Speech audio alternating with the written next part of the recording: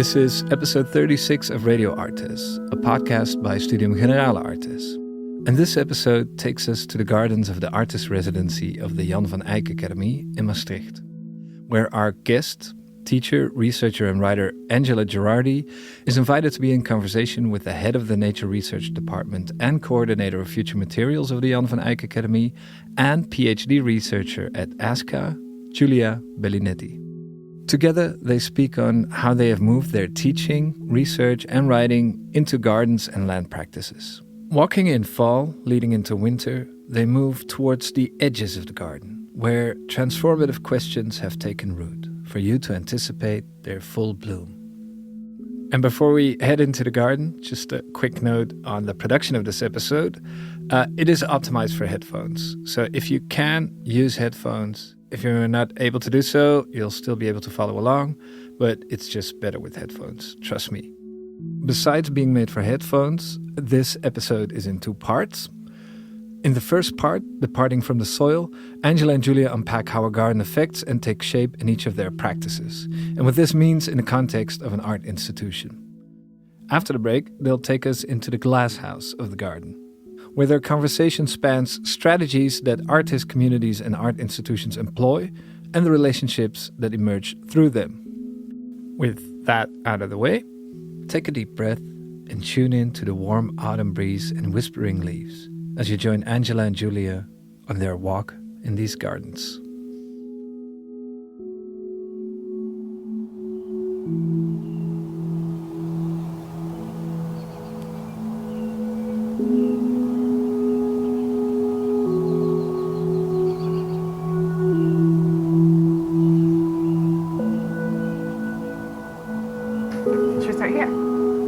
Do you want to start or no? I'm very curious about this object you have in your hand.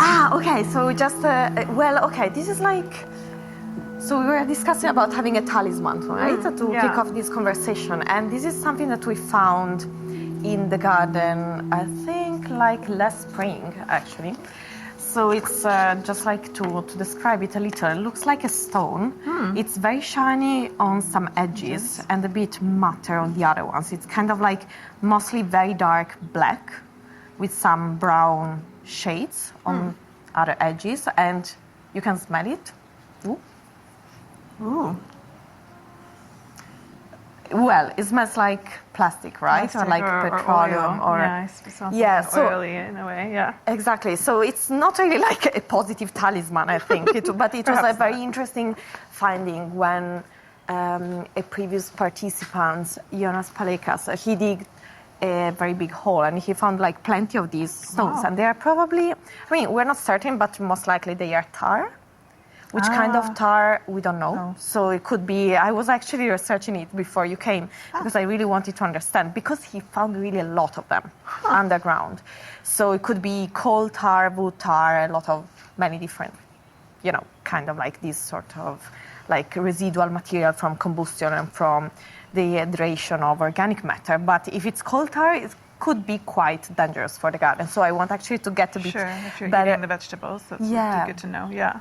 But at the same time, it's kind of interesting for me because when you look at it, it looks like a stone, and then actually you realize what's, the stories that it might contain when you smell it. So, it's again also like how deceptive can be our visual intake into reality, but also like it really complexifies the space where we are now. We are like at the Jan van Eyck in front of the vegetable garden.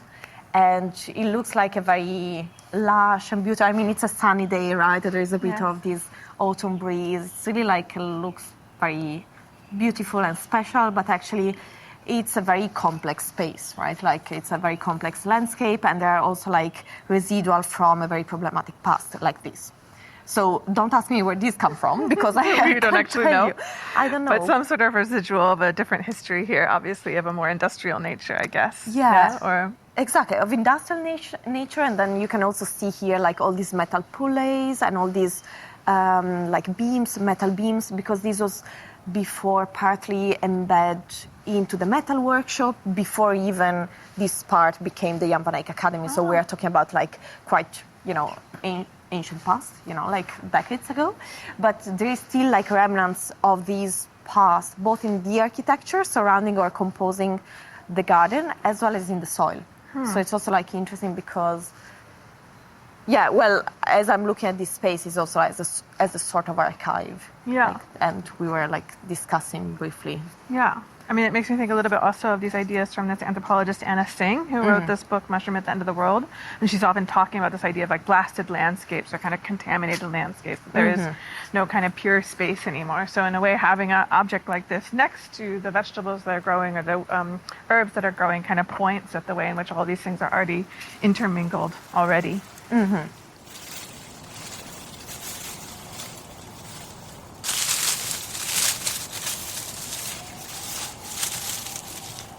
But maybe it's good for us to quickly share who you are. Yeah, and sure, what brought us to here today.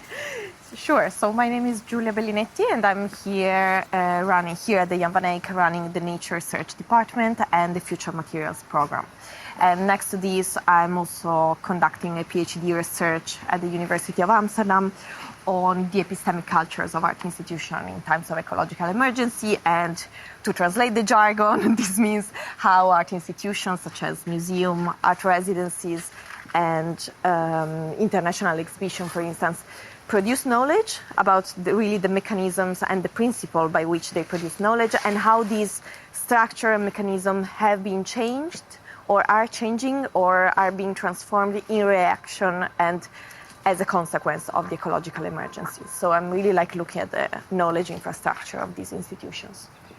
So this is a bit about myself and how I came here. So previously I worked for 7 years in a contemporary art museum in Belgium, where I was responsible for the production department. And this is actually where the questions at the core of my PhD research emerged. So really when I felt and experienced on myself really the gap and the distance between the discursive, the theory, what the artworks were about, the stories they represented, and how these artworks came to happen, materialized within the context of an exhibition, how an exhibition materialized. And this really this distance, this gap, especially if you think about the ecological emergency, just to make it a bit more perhaps concrete. So you might have artworks addressing directly or indirectly the ecological collapse, or the anthropogenic impact of human actions on the landscape, as you were mentioning, Anna Singh. But actually these artworks might be framed within a very peculiar scenography that after 3 months will be thrown away, or in order to have a new exhibition with a completely different scenography fulfilling a completely different aesthetic. So it's kind of you have this material and the discursive that are kind of not really interweaving in this. So these were where eventually what the core questions of my research were born. Super nice. Lots for us to unpack, I think. I wanted to share my little object with you. So I brought you, funnily enough, we were just talking about seeds. Oh, great. Some seeds that we have from the Rietveld and Sandberg garden where I'm involved. This is the garden department, we call it. And this is some nasturtium that we've been growing since we first founded the garden department at the Rietveld and Sandberg. I thought... Can I open it? Yeah, of course. I mean, it's just seeds. But I was thinking about how, this idea of a talisman, I find myself very often having seeds in my pocket. And so I thought that would maybe be nice to bring some seeds from my pocket to you. Oh, great.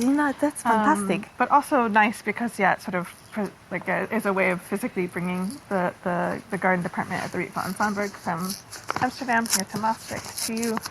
And thinking about also, I guess, kind of this notion of returning the gift or, reciprocity or something along these lines. It was kind of a bit of an accident, actually, that we started growing nasturtium right away. It's East India Kirsch, as it's called in Dutch. And it keeps coming back. It's a very successful plant in our garden. And so I'm also interested in the idea that it continues to reseed itself. And so it's also maybe a bit of a representation of the ecology of our garden from 2020 till now, that every year it reseeds and we collect the seeds. And so it's developed a relationship, you could say, to the ecology, specifically of that terrain. Yeah. So that's of interest to us also, to me as well, this way in which maybe the seeds themselves, the plants themselves, start to tell us things about the landscape or help us attune to the landscape. Possibly. So what do you think the nasturtium was from? How did it reach the garden? Oh, I mean, we of course seeded it at first. Yeah. But originally, is it like a plant, like a European plant? It was Interestingly, kind of no, it's indigenous. I was just reading this the other day. It's indigenous to the Andes, so from Bolivia to Peru. But it has naturalized in large parts of the world. So in almost all of North America, it can be naturalized, but also in parts of Europe, it's naturalized. It's a very common garden plant, you could say, because it's also great for ground cover. All of it is edible. All of its above ground parts are completely edible. can be pickled?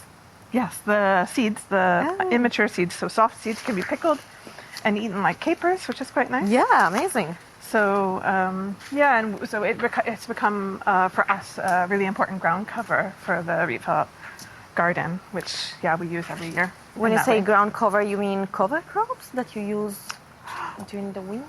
Well, unfortunately, it dies back usually in the winter. More in the sense that it protects the soil during the season in the same way that you would mulch the soil and this kind of thing. So this is sort of from a permaculture principle that you don't really ever want to have exposed soil because exposed soil leads to corrosion. It leads to losing your topsoil. It leads to a change in the microorganisms. So by having ground cover or mulching, you're basically encouraging the soil to stay put and to develop. Yeah, that's what I meant by cover crops. So something that you would plant, perhaps. But it's growing usually with the things that we're growing at the same time. So and now that it so actively reseeds, it's just sort of this fantastic. I feel like it's almost become a talisman of our garden, that people recognize it as part of the garden. So wonderful. Yeah. So it's really like becoming a recognizable plant. Yeah, perhaps for us at least. Yeah. Do you also like eat or pickle the seeds as part of the gardening? Yeah. A couple of years ago, actually, we had a lovely guest come and do a natural fermentation workshop with us, and we pickled a lot of them, and actually then gave them to the canteen to include them in the meals at the academy. Amazing. Yeah, so maybe I should explain. My name is Angela Jerardi, and I am a co-founder of this thing called the Garden Department at the Rietveld Academy and Sandberg Institute in Amsterdam. And that's one of the things I'm busy with, as well as teaching and other activities, but that also really connects with my research and writing, maybe similar to Giulia, around these topics of thinking about landscapes and contamination of landscapes, or also how we as humans can hopefully become better attuned or more attuned. What kinds of practices, reparative practices, can we bring into our work and our lives that would maybe help us live in this time, as you call it, of ecological emergency or climate chaos, or all these horrible words that people now feel need to be used, which of course is important, but also I think I want to think about how these crises have already been here for quite a long time. They're not so new, but maybe they're new for some of us. But anyhow, maybe or perhaps we feel them more on our bodies now, right? Perhaps now, like they're materializing more concretely. Like we really, literally. I mean, one of the difficulties, or what complexify our approach to the climate emergency or to our climate history, is the fact that our sensorium is not capable of grasping the slow changes in the landscape, right? While somehow here where we are grounded, so like in the Netherlands, right, so in Western Europe, in a specific context, we really see how things are slipping out of our hands, right? They're out of control, and there's like seasons are not. We just had like a very mild autumn. Seasons are not recognizable anymore. Canals are not frozen since like a very long time. That's like a long history, a long memory, right? A long gone memory. So it's also like perhaps, somehow here, like in this very privileged part of the world, we are like seeing how climate is reacting, like concretely, and feeling it in our bodies. At least that's what I felt also like this summer. So I have an Italian background, and I went to Italy like this summer, where it was like scorching hot. We had heat waves like I never remember before. We had like rainstorms that woke me up at night, and I naturally felt scared. I felt really like in a very vulnerable position. So I think, this is also like how, I think it's also like important, as we are both acting within the context of an art institution to think about how our body can attune more on the changes or to the changes that are happening in the landscape, and how, in this case, I think, well, it's very interesting also to think about the climate change as an aesthetic phenomenon, right? In the way we are not perceiving it, so how our senses are involved in the climate transformation. Experience. Sensorially speaking. Yeah, or I guess you could also think about it from an affect. What kinds of affects does it encourage or make possible, or which ones does it sort of dampen or lessen or erase? Yeah. Or also how it's changing our aesthetic perception, right? So when we see a very beautiful sunset, very often it's kind of amplified by microparticle of pollution in the air. So it's kind of also realizing how we're embedding within our bodies, change also aesthetically, the pollution, contamination, and climate transformation. Wow, look at that pumpkin. Actually, I wanted to bring you here because I need to check on the pumpkin. We want to eat it during Marant and I. Marant is the coordinator of the food lab. We are organizing a dinner for the upcoming participants, so we want to use this pumpkin. So I'm always checking whether it's getting orange or not. Yeah. And it's still a bit green. It is so big, though. It might not be very tasty. Yeah. But I guess you'll find out. Do you know what kind of pumpkin it is? I don't know, because actually these were seeds brought by a previous participant, so now I'm getting very dirty. But I just want to turn it so it might get a bit more sun.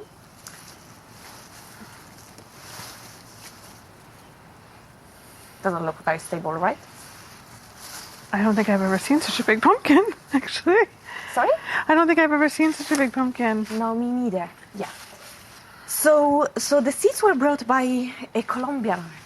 Oh, nice. So I don't know exactly which kind of pumpkin. And also that is Peruvian maize. Oh, wow. Peruvian corn. Corn, yeah. So nice. It's never seen a corn so high. No, I haven't either. So this garden is actually just slightly above the vegetable garden. It's a much sunnier space. So it's much more, fertile in terms of producing fruits and vegetables, such as the massive pumpkins we're looking at, and also these maize plants that were brought here by a previous participant. And it was it's a space of gathering as the one downstairs. So it's really these are also spaces that within the context of the Jan van Eyck help to sort of connect with other temporalities, find a moment of calm in the middle of, in the midst of the preparation for some events or the open studios or in general, life unfolding within the academy. So they are really interesting corners in which you can experience or reconnect, as we were saying before, to other paces of life and, perhaps cyclical times, seasonal times, and so on. Maybe that's a nice moment to think about time, because that was something I really want to talk about. It's something that I've been very busy with at the garden department, is for us to think about kind of notions of time and what kinds of attunement we have available to us to time. I was thinking a bit also about, so one of the things that we're really busy with or interested in is the notion of seasonal time, cyclical time, but also embodied lived time.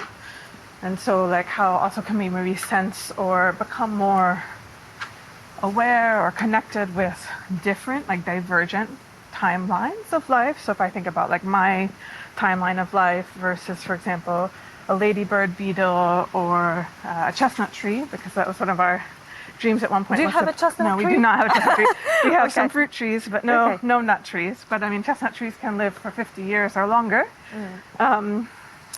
And so they obviously have a very different kind of timeline of life, or also obviously trees like sequoias and things like this that live for hundreds of years potentially.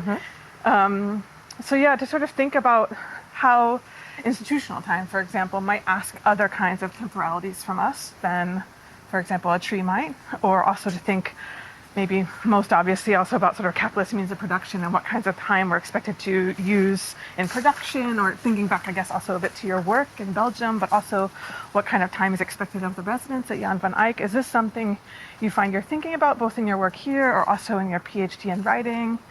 How do we engage with these temporal questions that perhaps the garden could teach us or could engage us in other temporalities? How do you see that?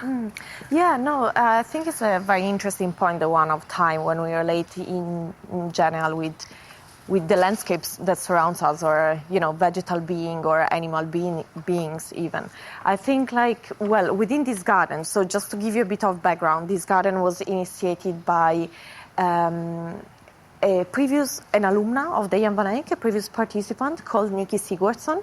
She was here in 2020, 2021, so during the first lockdown. So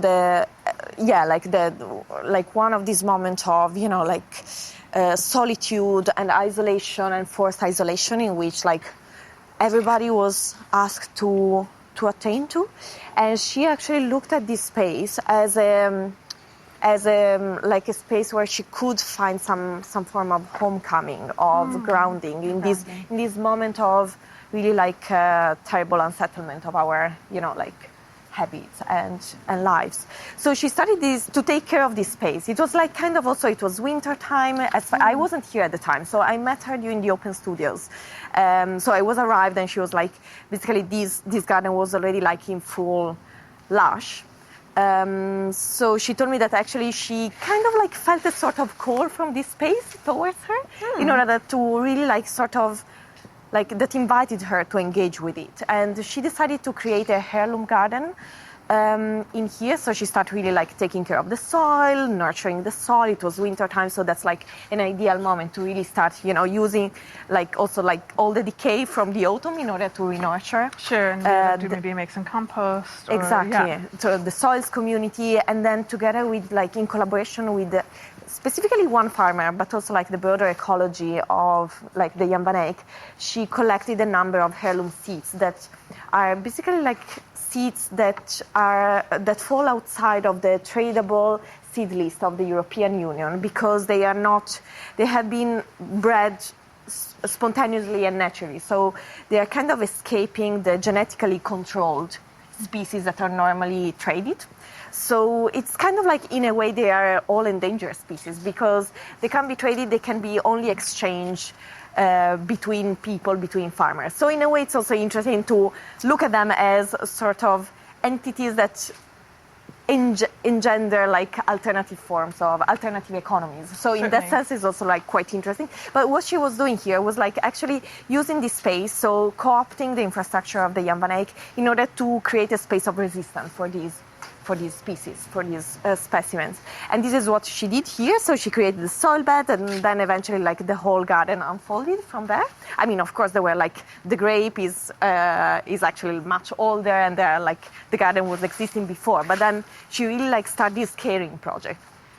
And it was interesting because, as you can imagine, like the temporality of this specific art project, as it was for her, unfolded with the season, right? Unfolded like in a very slow time. So it was also like a very, in a way, like monotonous and hard work, right? Coming here Sure, the every maintenance day, involved every day or every committing other day. to it, exactly. And also seeing how sometimes there were like things sprouting from the soil that she didn't expect, because these were like previous seeds that kind of like were brought here by a bird or by other entities or by the wind, or perhaps seeded by previous participants. So, you know, it's kind of like really, again, we come back to this idea of archive.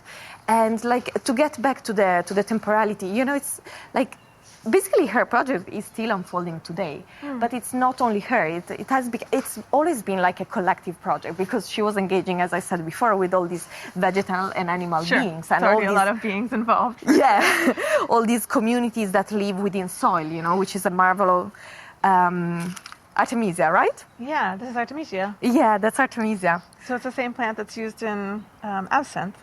Yes, exactly. Yeah, it smells delicious. It's also great for helping plants resist lots of pests. They don't like the smell of it. Yeah. So it's a great companion plant for many things. It is.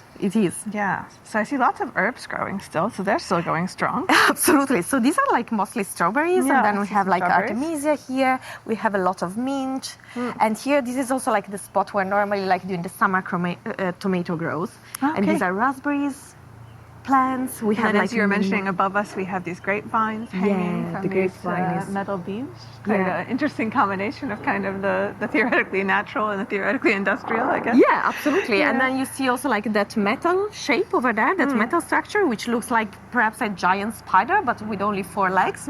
So that's also like a remnant from a previous project. Okay, interesting. So it's so for instance, if we look at the grape, it's also like creating like again this temporality within the academy, because like we harvest the grape every time in September, which is the last month of the participants. So it's kind of like a moment of communing that we sort of like harvest together. We gather around the garden, and it's probably like also. It has really like become a tradition, a ritual for the community here. Oh, that's wonderful. And it's almost like a yearly ritual then. It's kind of like a yearly ritual. We have done wine with it, we have done vinegar. So it's also something that we pass on in a way to the next generation, which is also like very nice to think about the garden as this intergenerational space, which is also like another difference that it suggests in relation to the rest of the academy here, because so the Jan van Eyck, as you probably know, it's an artistic residency, so we have studios where artists can come here and work for 11 months or so. And basically, normally like the studios in October undergo this process of erasure, right? They are like painted white, everything disappears, and then they are like ready to host or to welcome the next generation. Well, the garden is actually this, is the only space which remains in a way untouched by this process of erasure. So you see here, Nick is still here, Anais is here, Jonas is here, and they are all, and I'm mentioning previous alumni that have interacted particularly with this space, together with many others, of course, but you really see their presence and how these presence are interweaving. So I think this is like very interesting also like in order to think about institutional practices, right? How can we interweave together? How can we build upon each other rather than being autonomously separated in our practices? When you're saying that, this makes me think also about kind of questions that come up also at, for example, a bachelor's or a master's education, which would be before something like the Jan van Eyck, so something like at the Rhetorical Academy and the Sandberg Institute, is what I see is that we are often also kind of having a friction or in almost an antagonistic relationship with institutional time because of these kinds of erasures that you described. So I'm curious for you, like, how does it, sorry if I interrupt, can you just share more how you work on the garden or with the garden at the Rietveld? Like, do you have like, is there like a specific group of people interacting with it? It's mostly you and then people can join you whenever they want? Yeah, it was actually, it's interesting. It was really initiated by students in 2019. And at the time, it's at the center of the terrain of the academy. And at the time, it was literally a sand pit with a dying tree.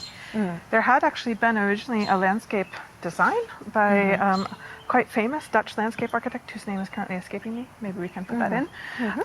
But when Gerrit Rietveld built the building, but at the time when we were there, it was really quite a sad ecology of sand and not much else. So the students really pushed for this, and then slowly over time, more and more was possible, and tiles were removed, and compost was made, and soil was brought. So I think as is frequently the case, it can be led kind of from below for a lot of these institutions, right? And for us, it was certainly this case. If you think about kind of the undercommons or these kinds of ideas of kind of the grassroots of an organization, that's really where it came from.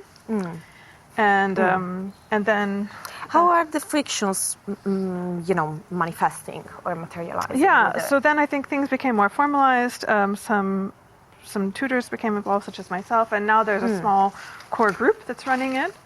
But this difficulty, I think, is to figure out under what heading is the project, or like where's the home of the project. So on one hand, we interact quite a lot with the facilities of the organization because we are ostensibly groundskeepers for a section of the terrain. But also we're running a pedagogical program, so we're somehow akin to or adjacent to the education of the school, but not actually part of it.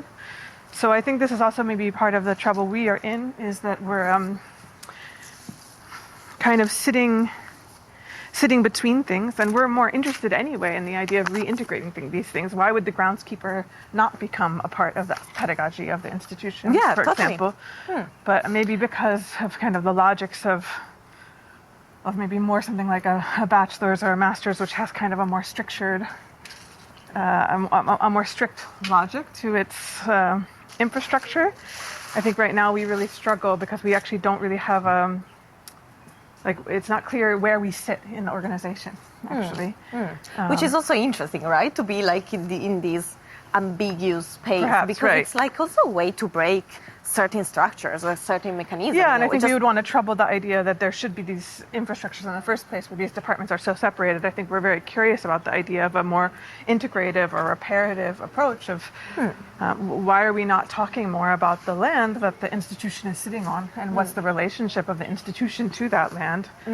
But maybe also be interesting to think about here, like, is that what I was curious about was, like, do you feel that the garden is having any impact on, like, rethinking of the temporalities of the institution, or like what you say about this kind of complete erasure, this expectation of the yearly cycle, the cleaning and the starting over, whereas a garden doesn't operate in that kind of time. If you think about tree time or perennial time, there's things that are happening, potentially building up over 5 years or 10 years or 20 years.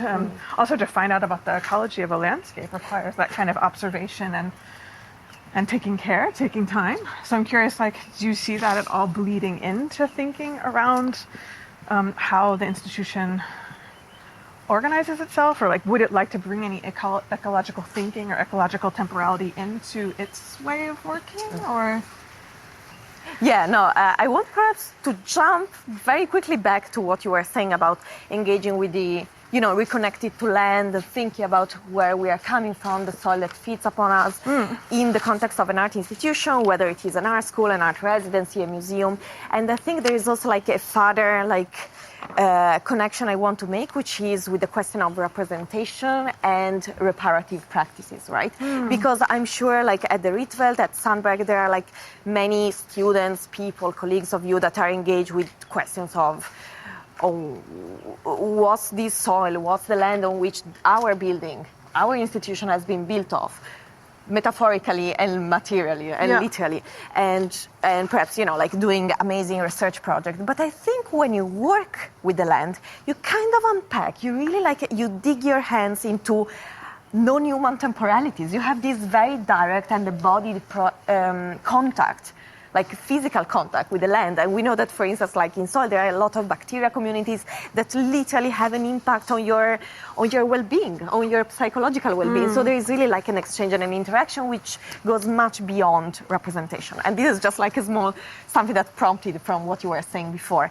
And then in relation to the institution, the temporalities of the institution and the garden, I mean, of course, I think as practitioners or institutional or people involved in an institutional context, perhaps we wish the institution we work for or we work in or we are part of could potentially undertake change much faster than they are capable of. And institutions are slow, they are very complex systems, there are a lot of forces and intentions and desires upon the institution that are at stake in an institution.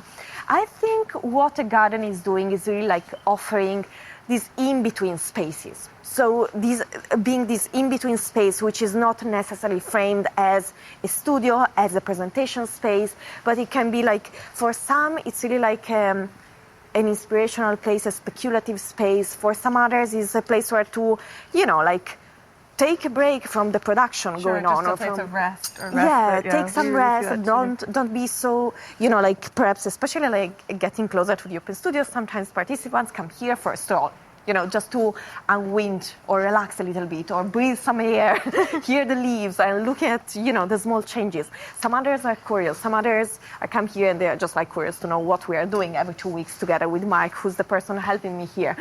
Some others, it's a space of exchange, but also a space of exchange in which you're really like touching the leaves of plants, and also perhaps you move away from a certain performative attitude that I involve myself in these, that sometimes we might have about having a certain way of articulating our discourse or being critically minded. While here it's kind of like regrounding also what we really care for, what we think is important in our lives. And also there is a very beautiful way in which this space is also like creating connection, and it's really like a space of collective gathering.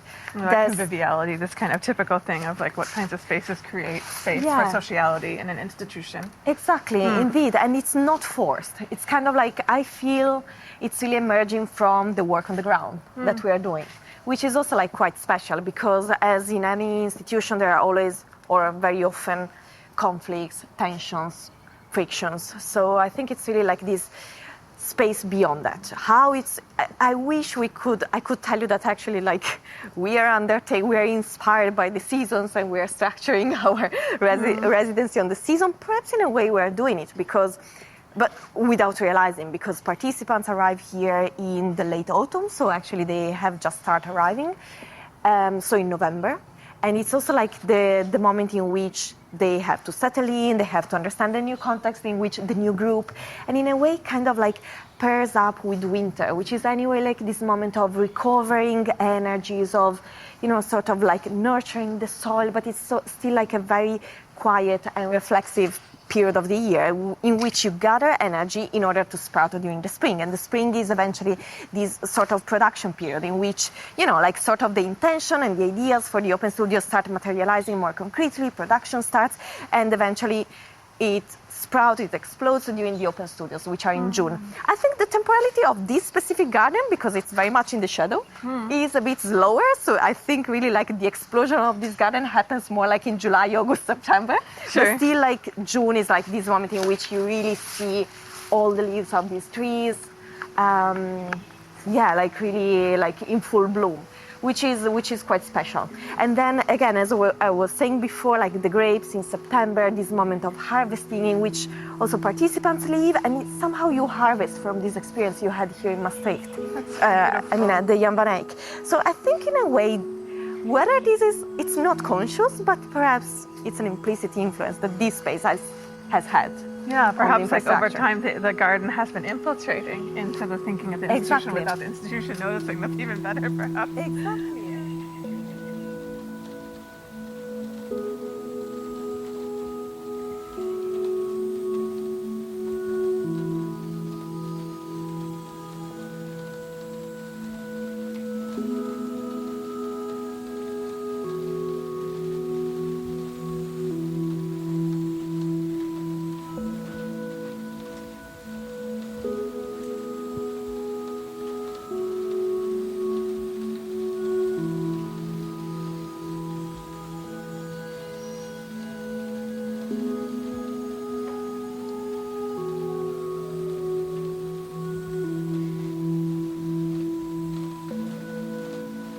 In relation to my PhD, I really look at how ecological concerns, in this case, intrude the infrastructure and how they really infiltrate, like creating some movements, some transformation that perhaps are not really like big changes or, like radical changes, because as I said before, these institutions are slow animals, very big ones.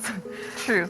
It's a really good reminder for us, right, that this is sort of the circumstances of the institution is that it requires patience from us.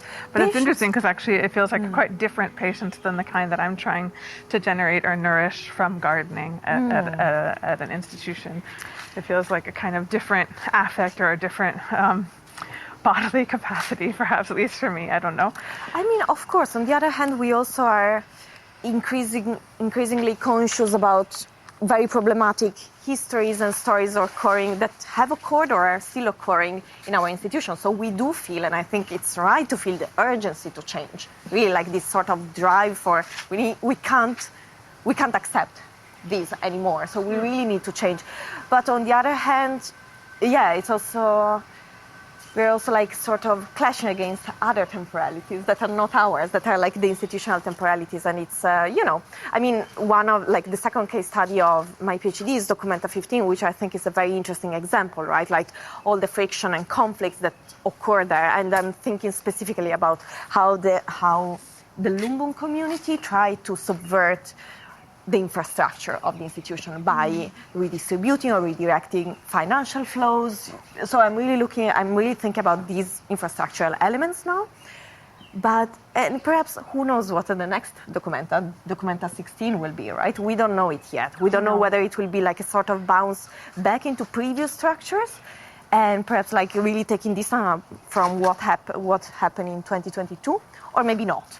But what I think is that still Documenta 15 has created, has inspired many people, and perhaps like the seeds will sprout somewhere else. They will not sprout in Kassel, but they will sprout in many other contexts that have been inspired and empowered by their example. So this is also how I think institutional change as well. Perhaps as in nature, you might plant something here, but eventually it will not, nothing will sprout there. Exactly, but perhaps somewhere else. Maybe it's nice to explain what Lumbung is or how it operated in Documenta 15 for those that are listening. Right, sure. So the Lumbung is a rice barn. So it's like an architectural structure. There's a lot of wind. It's an architectural structure used as a communal rice barn, or also for other goods. But eventually, it's been used in the Indonesian context also in a metaphorical way, in order as an approach, as a method of sharing resources between a specific community, and resources that could be like solidarity, knowledge, and much more. How Ruang Rupa sort of tried to translate it or transport it in Kassel was by creating another infrastructure inspired to the values of the Lumbung, so to the values of sharing, communality, and try to see how this could work within the context of a big historical institutions as Documenta is. So this meant also to redistribute, so to share financial resources, to share solidarity, to share moments of communality, to have also to share humor, to share fun, to share also knowledges, practices, and questions that people might have, in order really to create another possibility for an artistic community, which is more based on indeed sharing and communality rather than perhaps competition or exceptionalism or autonomy. So thinking about Documenta 15 in particular, there was such a kind of explosion of gardening and garden-related activities. And one of the things I found myself making some notes, thinking about our conversation, was wanting to think about how a lot of these words from gardening have been kind of now coming into or showing up in a lot of artistic practices. So ideas about germinating or sowing or tilling. Like the way composting, a very popular one at the moment. A lot of composting going on in our world at the moment. So I was thinking about how, to kind of contrast some of these examples of the way in which, for sure, of course, ecology, climate topics are very ascendant right now in contemporary art, and for good reason. But then what sort of happens when we bring in these ideas in highly metaphorical ways? So I thought of this composting knowledge project that was at Documenta 15, is in that kind of project, which felt very discursive in comparison to something, for example, like the Palan Kitchen Garden from Bordeaux Arts Trust or the Nasan Collective Garden that were both part of Documenta that really were gardening. And you could see, for example, the Bordeaux Art Trust garden, that it was actively being used, that they were cooking from it, it was a very active kitchen working, versus the kind of discursive, metaphorical use of the composting of knowledge. And I'm just wondering, I guess I was thinking about how, of course, these words have imaginative potential. They can work as speech acts. But I'm also wondering about what kind of erasure or evasion or what happens when we move them from one place to another. I'm wondering what you think about that. I guess I was thinking about what happens if they relocate from one episteme to another, and what happens when they're kind of untethered from their context.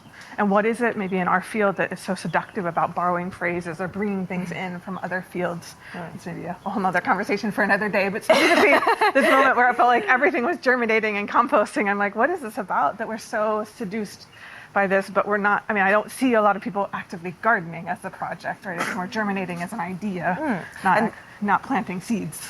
Yeah, and this is probably also why our reciprocal work and the gardens we work with are so important, right? In order to involve people more to work with gardens rather than talking only or speculating on gardens, metaphorically or not.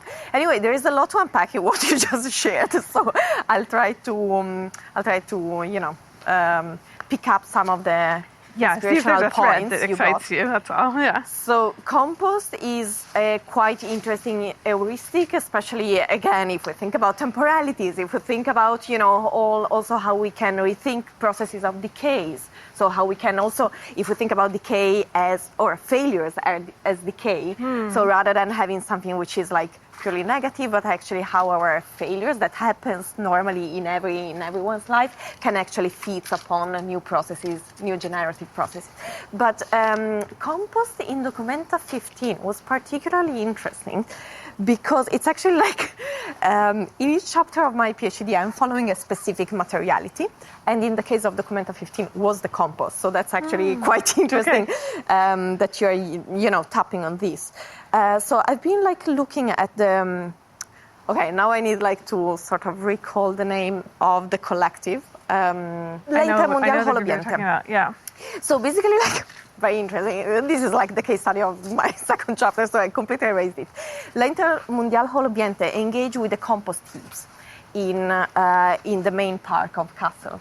And what they did was like sort of like engaging with the ecology that surrounded these compost heaps, which is very interesting. So the compost heaps are actually created from organic remnants coming from from an island in the center of this park, Insel Island, I think, which is like this artificial island that people constructed like in the main in the center of the park, where they gather, like it was a colonial project where they gather many different specimens in order to create these like these different ecosystems. So you have like tons of different orchids. You have like the top of the plateau is like the alpine garden. So it's kind of like a horticultural experiment. It's like an horticulture. It's like a botanical garden or an horticultural experiment from the 1900s. Okay. So what they are doing with basically like there is like a whole team of gardeners that I even met like in the Blumen Island, so the island of flowers, this is the name. So I met this gardener who explained me that actually like the compost, so all the remnants they are taking from these islands are very dangerous matter, because of course they might contaminate with the flowers and the seeds the rest of the park, which is, as you know, is like a 19th century pleasure garden, right? Exactly. It has this aesthetic of very controlled, of a very tame and controlled nature, like a sort of this cultural nature. So this is why actually this compost is normally gathered in these compost heaps, and every autumn it undergoes a process of like a very steaming process, which kills all these alive beings within it, and then afterwards is refertilized and then used in the rest of the park in order to maintain this sort of like aesthetic form of the park controlled and the aesthetic form of the Blumen Island controlled. So l'Intermondiale Holobiente engaged with these compost heaps that in a previous project in Documenta 13 were actually removed by an artist who was active in the same space, Pierre Huich. So Pierre Huich, in order to realize his artwork there, removed these compost heaps, and l'Intermondiale Holobiente wanted to actually like leave them there in the center in order to really like, rather than creating the perfect scenography for their art piece or their art project, they wanted to sort of move around the existing ecology and to give visibility to the existing ecology. And this is actually, this was like kind of like the starting point for my analysis, because it was how something which is normally considered or rejected by the art system can be put in the very center of, in this case, Documenta or an art institution. And this is also how eventually the compost by l'Intermondiale Holobiente, by this park, was also brought within the Friedrichshainum, in the central hall of the Friedrichshainum, in occasion of an event organized, like a symposium organized by Jatiwang, the Art Factory. So it was kind of like how you're also rebalancing or restructuring or questioning the systems of values at stake within the institution. So this is like kind of a big detour, which I don't know if it addressed like your question, but it's I think it's really interesting to engage with with compost, both like as a material that can really help us to subvert certain mechanisms. I mean, that's interesting because it would almost say like the material knowledge that one would get from an embodied experience of working with compost, of learning compost, of doing compost, might then give you new ways of thinking or new epistemes of how to approach, like what you say, like failure, or imagining life and death cycles differently perhaps, or other ways of thinking time also, I guess, would also be an interesting one. And also, I guess I see, like in the project that you describe, the way in which then it has an aesthetic role. Like it might have been somehow a nuisance for Pierre Huy, and then it now instead becomes like kind of the aesthetic star. Yeah, which I don't know if it's exactly the term I would use, but more like a living entity, which is like a co-creator of the aesthetic experience, right? So it's actually not something. Yeah, so it's rather than. Again, like this approach of controlling, which is very much present in the arts, design, creative practices and beyond, right? We should like tame, we should shape nature in order to fulfill certain specific needs, aims that we might have, which could be like productionist and next activists or aesthetics. Never mind that, right? But it's still like this approach of we need to control, we need to manage it. While actually what I think La Intermundial Holobiente was doing is I accept and I engage with what's existing here. And really like their intervention in the space was really minimal. So it was like a little hut and then like a banner which would just sort of grab your attention in order to look at the trees surrounding you, the ecology of the compost, like the insects flying around. So I think it's more really about how I really like how this is sort of rebalancing the principles of at stake at the core of how we practice or how we are artists. It also really sort of puts into question some of these key concepts that people lean quite heavily on, like the autonomy of the artist or the maker, and instead maybe thinking about it as like a co-constitutive experience, like that they needed the microorganisms and the compost to work with them, or that this kind of way of thinking. Yeah, it makes me think also of like some of the ideas I've been really busy with or thinking about is that gardening or working in this way, I mean, we can also problematize gardening, but I'm still very invested in gardening as a practice. And one of the things that I really see it does is it like brings in, I think in contrast to what you're describing, control, like it brings in an embodied knowledge of contingency, for example, or indeterminacy, that there's parts that are happening around you that are exactly precisely outside of human control, but also are like, they're not working in those kinds of temporalities that humans would think either. Like it might be that this year, for example, in the Rietveld garden, we had like, last summer actually, we had like a Japanese beetle invasion. I don't know why. And then like the following summer actually we had quite some too, but much less this summer. And so it's also about like these contingencies of things that there's like so many multi-factor experiences at once that there's no way I can know or understand. I can only try to deeply observe and then try to orient myself around that spatial and temporal reality, you know, and that might change day to day or hour to hour or year to year. And so there's also this way of, I guess, accepting a kind of not knowing of a place, that like I develop a relationship with that land and we work on growing things there or trying to encourage certain things to happen. But at the end of the day, it's also up to everybody else that's there, and everybody else meaning all the critters that are there, not just us.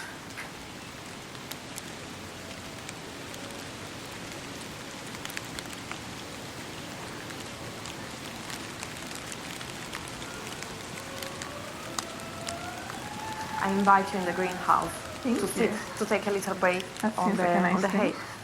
Yeah, no, absolutely. I think this is like, when you work on the soil, you realize how complex the soil communities are. How actually like the soil is like this massive structure and social structure of different entities. You have the fungi, you have the enzymes, you have the bacteria, you have like small creatures, you have earthworms, you have like bigger creatures living in it.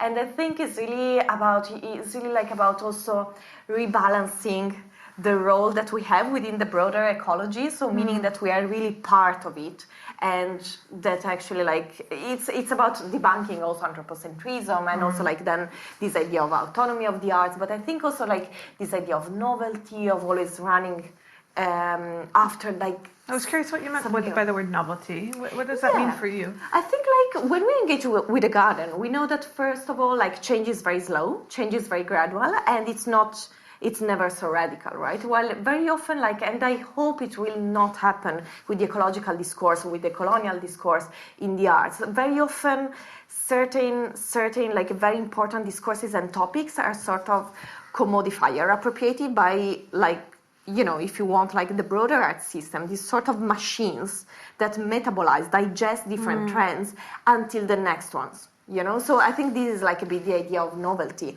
And I think like in artists or practitioners that engage with gardens, they somehow troubles or question this idea because eventually the space is always diverse, but it's always the same in a way, right? So also like you don't have this break into the paradigm. And it's interesting also to think about this in relation to institutional change, right? When we are like after a new paradigm, which is very welcome, but also perhaps it's problematic. Perhaps it's also like our modernist idea of how changes should happen. So perhaps if we look at nature, if we look at ecology, maybe change happens in different ways. Yeah, when you say that, I mean, I think it makes me think very much of this kind of what I would really tie up with kind of a modernist logic of like, if we just change the paradigm, then things will shift, rather than sort of seeing that actually it's all of these interconnected layers of what has been built up through the structures of modernity and coloniality that have created the way that we even we use words to describe things. And this is why for me, like, yeah, this way that some of these words like composting or germinating, getting metaphorized, for me feels a little bit of this kind of taking it and disembodying it from the thing that happens in your hands and in the soil and getting dirty and being frustrated and getting covered in rain and being muddy, like all these kinds of the lived reality also of the maintenance work of a garden, right? That it's actually physical body labor that requires time and care and different ways of kind of different ways of engaging with a place, I think, and developing care for a place or like a relationship to a place. I think also what you said made me think a little bit of this idea of kind of humbling the modern or humbling the human, and what kinds of practices do we have that make that possible. So in that sense, I think yeah, absolutely. And I think it's also about how gardening is really sort of making us subject to a different flow of a different experience, a different like embodied experience of the changes we are talking about. And This makes me think also of this, I thought of bringing it up with you, that it's kind of a refrain that I come back to very often. It's a lesson from a lot of indigenous pedagogues that from what is now called North America or Turtle Island, and they talk about land being our first teacher. I think it's a really beautiful but simple sentence, but it somehow holds so much that if what would happen to kind of our epistemic realities or cosmological realities if we started to think the world this way, that the land is actually our ancestor, that the animals and plants that were here before humans are our ancestors, that we have things to learn from them, not the other way around. I love this also beautiful conception that many indigenous cosmologies follow this idea that humans are the youngest of the world, and that our elders are the trees and the plants and the animals. Or the mountains, and that they are teaching us. And so it sort of reverses a lot of this kind of, this anthropocentric or this, the kind of modern fantasy of the human having dominion over nature, which, I mean, I think we can all problematize to the ends of the earth, but how do we actually shift this way of being at institutions or in practice of art or these kinds of things? I don't know, is that something that you find yourself thinking about too? Yeah, absolutely. Like I think it's mostly, I think I was like reading recently about like a concept called the extinction of experiences, which it in order to perceive nature as our teacher, we need to be in contact with nature. We need to perceive nature, right? And I mean, already like the way we are framing this is probably problematic, and it's probably like very Western and modern, because it's like if nature is separate from us, right? Reconnecting to nature. So it's more like reconnecting to the many like non-human species and forms of life. which are organic and inorganic, right? That are surrounding us more than nature. And I think this is like the work we need to do, like the form of reconnection that we need to recreate in our lives, because how we are actually conducting, how we are working, how we are living is like very increasingly far away from, where the food that feeds us is produced from, like we don't, like the supply chains and the capitalist system has grown to such a scale that is really like sort of compartmentalizing our different dimensions of life. And it's really like about reconnecting also. There is a Palestinian author called Monir Fashesh, and he's a mathematician and a thinker, and he's been talking about how actually lives can be understood as the interweaving, the intersection between 4 different soils, which is the earth soil, the cultural soil, the social soil, and the spiritual soil. And how we need, and I mean, of course, so earth soil is the ground of our gardens, the ground of our mountains, and social soil is the community, the cultural soil is like our, the culture that feeds upon us, like our values, our principles, and then the spiritual soil is the affective and spiritual interconnection that we might have both with the lands and among each other. And how all these soils requires nurture us, but they need also like to be nurtured.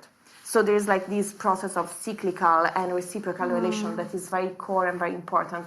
And I think it's also like where some artistic practices are also like pointing to, like these processes of regeneration. And especially if we think also about, very often we speak about sustainability, about, it's like really, like talking about trends, talking about words that perhaps lose their meaning, is perhaps we need to shift towards regeneration rather than sustaining, right? Yeah, I tend to think also about the idea of repair. Like, what would it be to live a life of repair? Yeah, how can we live a space better than how we found it, rather than, but I think better, because it makes me feel like we end up sort of again in this black and white of better, worse, but more like what would it be if we thought that the way that we interact with other beings is inherently a relation of repair, like if that would be the aim of our relations, also with other humans, but to sort of understand that the world is already full of harm, and there's already so much harm to mitigate in a way, that perhaps what it would be to like try to cultivate relations that would be about mitigating harm, like what you're talking about. So this is something I feel very busy with also in the context of the Rietveld and Sandburg, is that it feels like there's this desire to come up with kind of, if I'm feeling a bit cynical, easy answers to these very complex problems. And like if we could just change the food in the canteen, for example, that this would change the sustainability of the academy, and that can have an impact. But it's also about then asking, like, okay, well, where's the food coming from? What's the supply chain that the food is arriving on? And also, to sort of ask these interconnected questions starts to open, it's almost like a Pandora's box of like unfurling of complexities of repair. And what I find is that institutions often want to have a repair that is simple, overly simple, and not really interested in the longer term questions or the maintenance required of repair.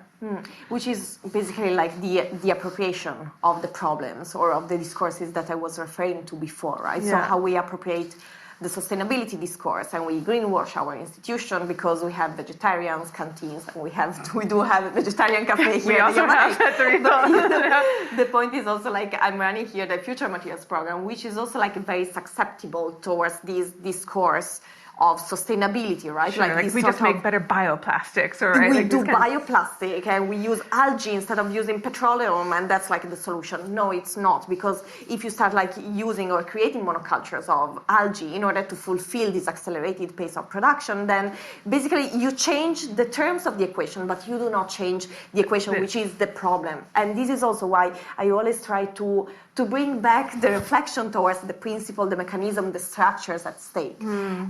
And also like in relation to materials, but in relation to the canteens, it's really like about going deeper and really understanding where how we can situate our practices in a specific context, paying attention to this context. And after we paid attention, and this is a process that requires a lot of time.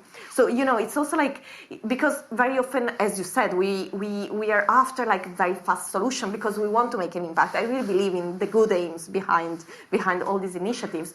We want to make an impact, so we want like fast solutions. But actually, sometimes we need just to slow down and listen to the humans and the non-humans around us. And this idea of listening as a practice, listening as a reciprocal commitment, I think is really key. It's really at the core of many, ecological and other practices that I think is really like it's really something that we have unlearn and we should relearn in this case. Yeah, a lot of unlearning is probably involved in order to make that happen.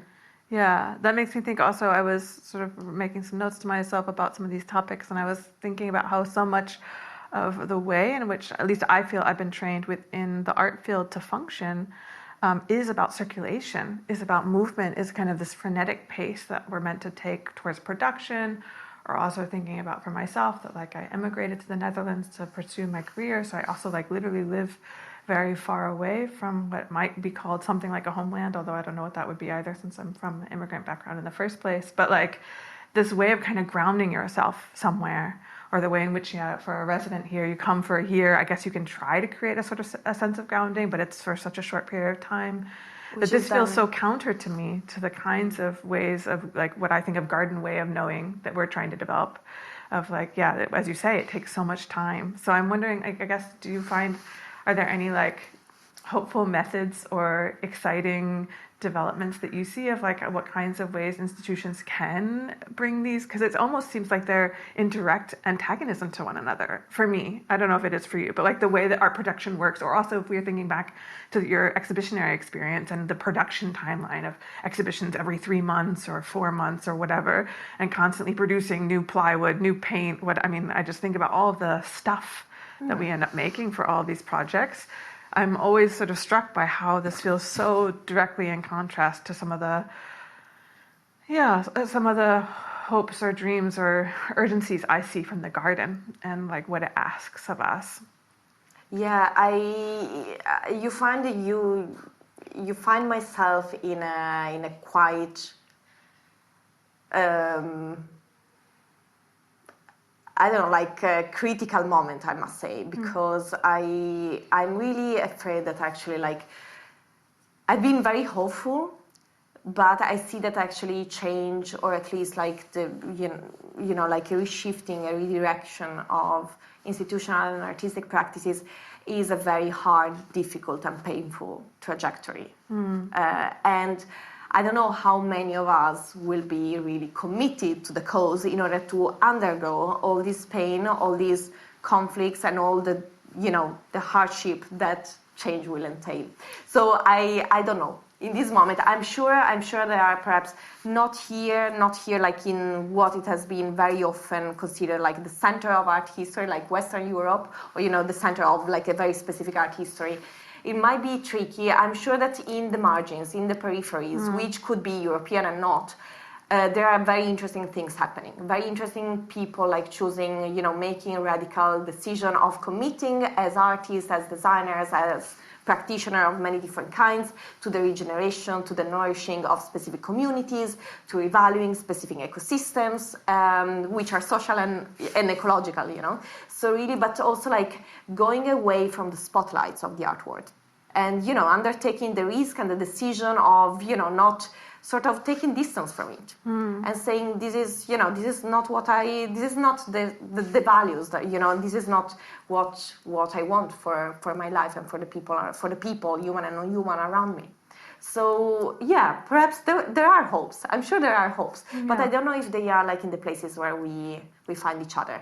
In this moment, but maybe there will be, as I said before, there are like the little cracks happening, occurring in institutions. They are like the single, the individual people and experiences and exchanges that really make a difference. Sure. And we should perhaps, like, as we try to pay attention to the soil, or to the small changes in the leaves of a plant or in a garden, perhaps we should also like restart to valuing these very It's almost like micro exchanges. interactions or a small moment that you Yeah. have with one guest. Exactly. It's a really good point. And the thing is also about, like regeneration work, but also reproductive work versus production, like the commitment, the returning to certain conversation, returning to certain people to nourish relations rather than producing something that will allow you to stand up from the crowd. Sure. So really, and again, it's about, like the work of a garden, like the care work. Yeah, I really think of gardening as care work as well. I think it's a great way to practice care work.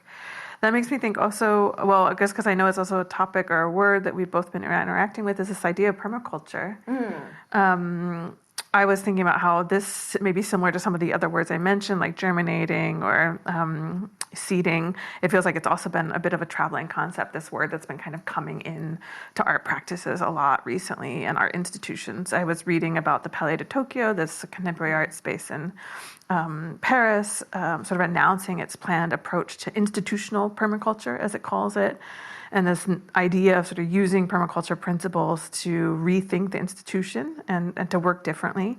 And I thought it was interesting some of the language that they use, where they sort of say that this is juxtaposed to, quote, acting brutally on an ecosystem in order to modify it, or blindly imposing a model onto an a priori reality, but instead, how do they put it here, quote, take on concrete form progressively after, quote, a period of observation and through rhythms adapted to specific situations, unquote. So it's sort of like, for me, using some of the language that I feel that I've learned from permaculture, but really putting it into an art institutional framework to achieve new objectives, they even say on their website.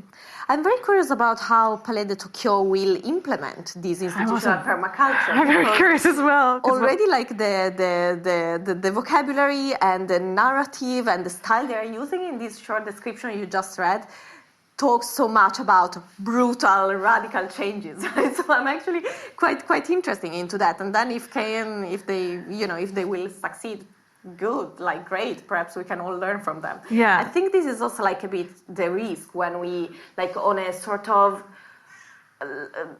direction or managerial level, there is a vision which perhaps is very relevant and very, very valuable and potentially very beneficial for like the whole ecosystem, but it's again like implemented and imposed in a top-down process. So again, when we talk about permaculture and we talk about intervening gradually in an ecosystem, you need also like to engage and to allow or to give time for this change to happen, to kind of like really engage with what's already there, with all the, potential criticisms or people that disagree with you because they are coming from like a different backgrounds or they have been, following a different art pedagogy, for instance. So I think it's much more complex. And I think, again, like, especially when you point or when you put on the forefront of your institution or your vision this kind of attitude, it's already like recreating certain structures, certain mechanism from which we perhaps want to depart from. So it's kind of, but yet, nevertheless, I think like permaculture is, it could be like a very valuable and resourceful methodology, as many others. So, perhaps it's what is more, appealing, but I'm sure there are many others. The point is really like the principles that they are putting forward. So this idea of not creating waste, for instance. And again, you can engage with it both materially and metaphorically. There's nothing that is not valuable in our practices, like there's not, something like an art history, an art practice which is valid and something which is not. And I'm thinking, for instance, about gardening, but many other like food practices, many practices that, for instance, to go back to Documenta 15, were not considered art. Again, right. The dreaded, like, is it art question? Exactly. Yeah. Or like, there were like these posters around the city, where is the art? Like all these ideas. And I think especially like, perhaps like the principle that I like more of the permaculture ethics or methodology is like paying attention to the margins and to the edges. And it's really like when you meet in the margins, so you escape your comfort zone and you really find yourself in this trouble or in these, discomfort zones or difficult areas, is where actually new valid ideas might emerge, practices, and so on. So I think that's also part of, one of the things that we were really busy with at the Rifa and Sandberg with the garden department was actually creating a permaculture design course for staff and students to follow, which was really exciting when that was possible. And so we had a number of students and staff, be able to complete an international design certification in permaculture. And I was so struck when I read something like this from Palais de Tokyo, because it feels so counter to some of the philosophical tenets that I feel that I learned from that study, and also the way in which it also really focuses so much on the soil, like literally the ground, and not about sort of moving it into infrastructural thinking of how an institution or administrative structure can run. It's literally asking, how do I care for and nourish the soil? And also, like, really important and relevant is that one of the founding principles of permaculture is to obtain a yield. The point is to grow food so that we can sustain our lives. It's not kind of a metaphorical question of how we can make better art or something like this, or how we can think the art world differently. It's actually about, like, how do we create sustenance for people to have food sovereignty, to have access to healthy, if hopefully free, or, the labor of your body is what determines the cost of the food, not the cost at the grocery store. And the way in which that would reconnect us to, as you sort of said, like, different ways of thinking, I guess about basic needs and what we need to thrive and to flourish, but also about, even something as simple as, like, where our food comes from, which sounds sadly quite radical now to discuss. Yeah, very radical, doesn't it? And instead it sounds like now it becomes kind of, almost like a metaphorical trick or kind of artifice to, like, shape institutional change, which might be really important for the institution. I guess I'm curious too. Like, I appreciate your positivity that, like, it could also have a metaphorical quality of, like, maybe encouraging an institution towards observation and this way in which the concept of the margin in the permaculture and minding the edges, the edge effect, is such a also crucial point in permaculture. And that's interesting to think about how that could be potentially thought in a lot of ways also from, like, a social theory frame. I guess the way in which it feels like it creates this sort of, this abstraction, for lack of better words, or kind of an evasion from the actual very real questions of how we engage with land. What are our land practices? Where do we get our food from? How are we sustaining our communities? What kinds of self-determinancy or communal dependency do we have on the land? Yeah. Yeah, and I'm thinking when you're talking about, like, this reconnection to the land is also, it's very important, but especially, like, we are also in a moment of change in which there are a number of narratives, especially techno-scientific or techno-capitalist narratives that sort of brings us to increase the distance between our lives and nature. Meaning, for instance, I was writing very recently about cellular agriculture, so how we can actually produce food in a landless way. So without literally, like, using any land. So within the labs, how can we recreate meat starting from, meat cells and just reproduce them? So this would kind of, like, completely detach even our food production. And of course, what's the narrative behind it? The narrative is, in this way, agriculture, which is one of the main drivers of climate change, will be completely sustainable. But then, of course, this opens up all the social and economic, consideration about who owns these knowledges and what's the impact of these, landless agricultural practices on cultural traditions, communities, and so on. So I think we really need to we are, like, really in a moment in which also, like, reacting to, like, the ecologicals, the climate subversion of our ecosystem can lead to very dangerous directions. So this reconnection to land is, I think, increasingly important to sort of protect and fight for and advocate for. But also, like, in a very sometimes, like, very literal and simple terms, like really doing, going and spending more time, like, in gardens, in natures, and really trying to reconnect and really trying to understand also what's. Many people talk about soil, but actually it's, like, one of the biggest unknown of our life. It's like it's like very comparable to space. We know so little about all these soil communities. Yeah, so little. Yeah, it's very true. And there's like so much actually, there's a kind of richness to that world that I think is, it's almost, beyond our imagination. Also, when people talk about mycelium or like how much complexity there is under our feet, that is kind of, I think that, to me, this comes back a lot, I guess, also to our over-dependence on visuality. And I mean, you could also definitely think about that within our field and aesthetics, but the way in which if we can't see it, we don't know it.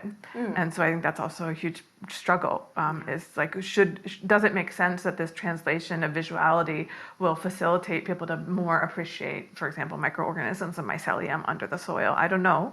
It's an interesting argument, I guess, to make, but it also troubles me because it feels like it's coming up with, as you sort of said, right? Like it answers the equation, but it doesn't question what the equation was. Yeah. Right? Yeah. Or like also, I think what you were saying just now also sort of points at this kind of question of the equation of like, why are we making food from meat cells if we have ways of making food from the soil that could return us a different kind of relation with one another also. It's not just about, I think that's also what to me is quite striking, is that it seems like people get hung up on the idea of a new relationality towards the non-human, but it's also about changing our relations with fellow humans. Absolutely. Yeah. So, I mean, who's being dehumanized, right? Like, that's a whole other, I guess. But. Yeah, that's another big topic. But absolutely, like in terms of the visual, I think there are like many interesting artistic practices that are engaging with sound now, but even food art. And I mean, here we have the food art lab. And there are like many participants engaging with food, and I really like actually how food can really debunk like the primacy of the visual and really like bring certain conversation and certain reflection, and again even the aesthetic experience on a much deeper level, and as well also like reframing individuality in the moment when you think that actually some of the food you eat, some of the nutrients are not actually meant for you, but are actually meant for the microbiome, so to feed the bacteria that are inside your Sure. guts. So it's kind of like really. And then there was also like I was reading about like the recent book by Georges Monbiot, Regenesis, and he was doing like this fantastic comparison between our digestive microbiome and the soil microbiome. So actually how around the roots there are like communities, like tons of bacteria that are actually there in order to increase the defense system of plants. And it's actually what's happening in our guts as well, right? And there was like a fantastic description about all the chemical exchanges happening between plants and these bacteria communities in order to, attract the nutrients or provide nutrients to the bacteria community from the plants in order eventually for the bacteria to protect the plants. So all these symbiosis that are happening in the soils, in our guts, might create also certain connection, So again, the more you pay attention, the more you might read, you might feel, you might taste. But it's really, I think these are also like ways in really like when we think about art can really like convey or help to reconnect.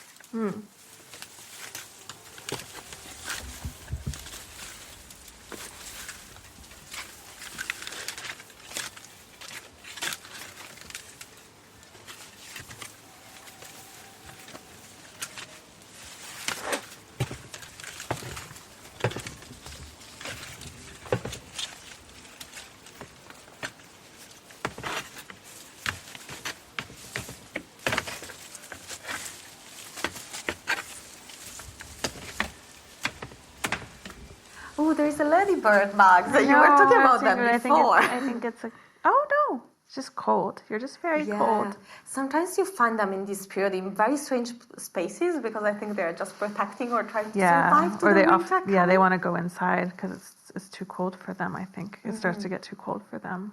In Italy, we say that they bring good luck. I think a lot of cultures believe ladybirds bring good luck. Yeah, I also have that from my childhood. Yeah, I think they're also just so cute. So I feel like our conversation speeded up, or like the pace of our conversation speeded up since we sat down here. Or felt like it was able to get a bit more juicy because I think we were able to kind of get into some of the ideas that we were wondering about. I think for me, it maybe didn't come through so much before, but I think one of the things I'm really busy with or thinking about is kind of the interconnection of ecological thinking or garden ways of knowing, as I like to think of it, and decoloniality, or the questions that decolonizing asks of us.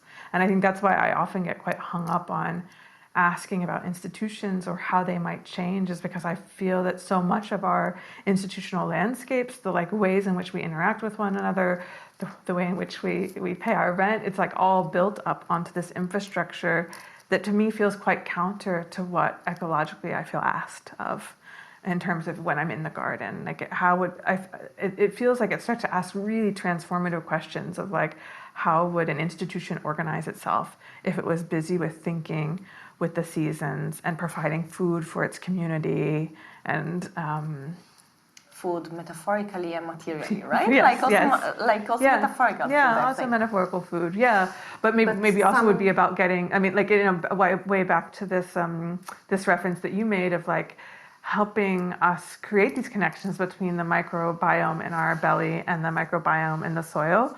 Like, I want to ask institutions to do that. I think that they should have that capacity, but I do think in order for them to have that capacity, it would mean a radical rethinking of how they're structured. And maybe I understand then, like, I get where you come from, if I hear you well, that it feels like this is quite challenging in the institutional landscape, and this is why maybe it's more possible in the margins, wherever the margins might be. It might be the margin is right next door to whatever where you margins are. Yeah, totally, absolutely. But that it doesn't, and I guess like this frustrates me, I guess, because it feels as though then I end up in kind of these minor registers, these minor keys. It's like the possibility of, like also if I think about the garden department and what we've tried to do there, it becomes a place where the ideas can kind of germinate and gestate. But it feels like it somehow gets stuck at a certain level or layer where it might not actually be able to lead to like a social change on even just a community level. I'm not talking about a city level, but yeah, just to think about like the community of an institution or educational site.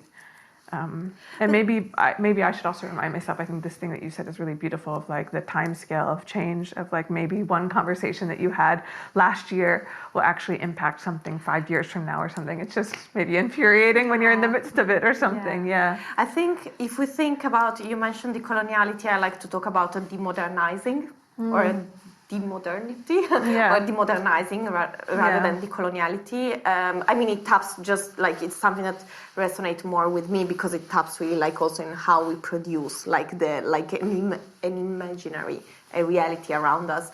But I think perhaps it's like part of our being modern beings, being Western, to be after like the big impact. Perhaps we should really value like the small changes. You know, I mean, of course, like there are fantastic radical practices and alter institutions being created in the margins, but I think also like our work within institution or the work done by artists, just spending a short period in an institution, like the small actions and the small cracks that they might create are also very fundamental and very important in order also like to avoid polarization of our world, which is something that we are increasingly seeing nowadays, right? So having like these sort of silos, ivory towers of a certain ethos, and then all, like the humus and the, like in the margins, all this flourishing of alternative, but sort of having like this mix and having this interaction. We were talking about the edges and the margins, right? So I think even if we might be frustrated at the times, we should also like remember ourselves of, the value of the small actions. And sometimes even just, as we said before, like one conversation or the gesture of taking care of a garden from a sandpit and a dead tree is something actually quite radical and revolutionary. It's just a matter of scale. And we know that scale is also like one of the big questions in relation to ecological emergency and climate change, right? But what happens in the soil, even like, an inch of soil is like quite crucial for like a whole ecology. Yeah, that's a beautiful way of putting it. Yeah. Is there anything you still want to bring up? No, I want to thank you actually, Angela, because it's been like a very, fun but also generative and inspiring and stimulating conversation. So I hope to be visiting you like in the garden. Oh, please come visit us. Absolutely. No, I've also felt this way, so thank you for having us and for hosting me. And yeah, it's been really lovely to be here today. And perhaps you can also like join one of our gardening sessions in the upcoming. I would love actually to create this sort of inviting also external people to join, but not to join for a lecture or for a talk, but just joining us for the care work. So they would like dig the ground together with us, pruning together with us, and great. At the same time also sharing. That could also be really interesting though, to think like even for an institution to say like that work is valued as curatorial work or as institutional work would be amazing. Yeah. Cool. Yeah. That's a good idea. Eventually like curatorial work comes from taking care.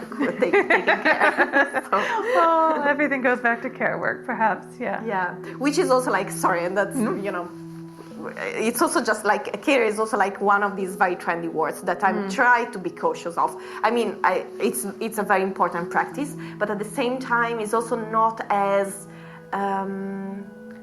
innocent as a concept as we might think, if we think also about the relationship that care might create, right? Like about someone who's taking care like the kind of reciprocity relations that might come into, or exchange, expectations of exchange like this.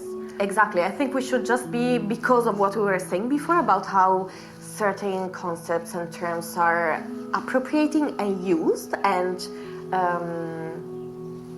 manipulated by certain contexts, we need also to be careful when certain words become more and more frequent. But to be careful of care. Exactly. Yeah, that makes me think of, there's this wonderful thinker, botanist, ethnobotanist, Ramal Kimmerer, who many of you will know, who wrote this book, Braiding Sweetgrass, but she talks about this idea of returning the gift. And I find this really helpful for thinking about care work because then it escapes this notion of reciprocity.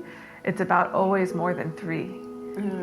So that your care goes somewhere that you can't see because it turns around the corner to a point that you're not, that will hopefully come back to you. Beautiful. But also this way in which it kind of will multiply through its development. But yeah, I know what you mean, that there's this way in which a lot of these words that it's somehow very exciting to think that they're coming into the discourse of our field, maybe especially when I think about the kinds of discourses that I was hearing 10 years ago or something. It feels really nice and refreshing to think that these kinds of conversations are at the center, but then you wonder what kinds of machinations or change will they undergo in that and sort of lose potentially their potency, and that's I think can be very worrisome to say the least. Yeah, absolutely.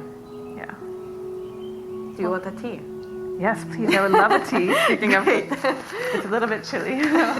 Sounds great.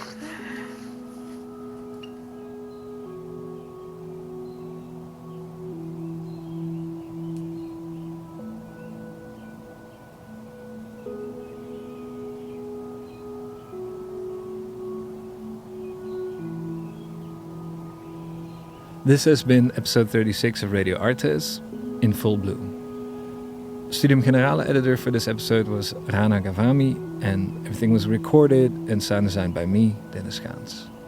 We are very grateful for our engaging and generous guests, Angela Jerardi and Giulia Bellinetti, for this episode.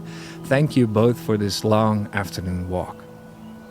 For those interested in the subject, we have some good news. We have an upcoming contribution by Angela on how she develops curricula through and for gardening in the art education that she's involved in. Whenever it goes online, I will put a link in the show notes. But of course, you can also follow Studium Generale. As ever, thanks for listening. Talk to you soon.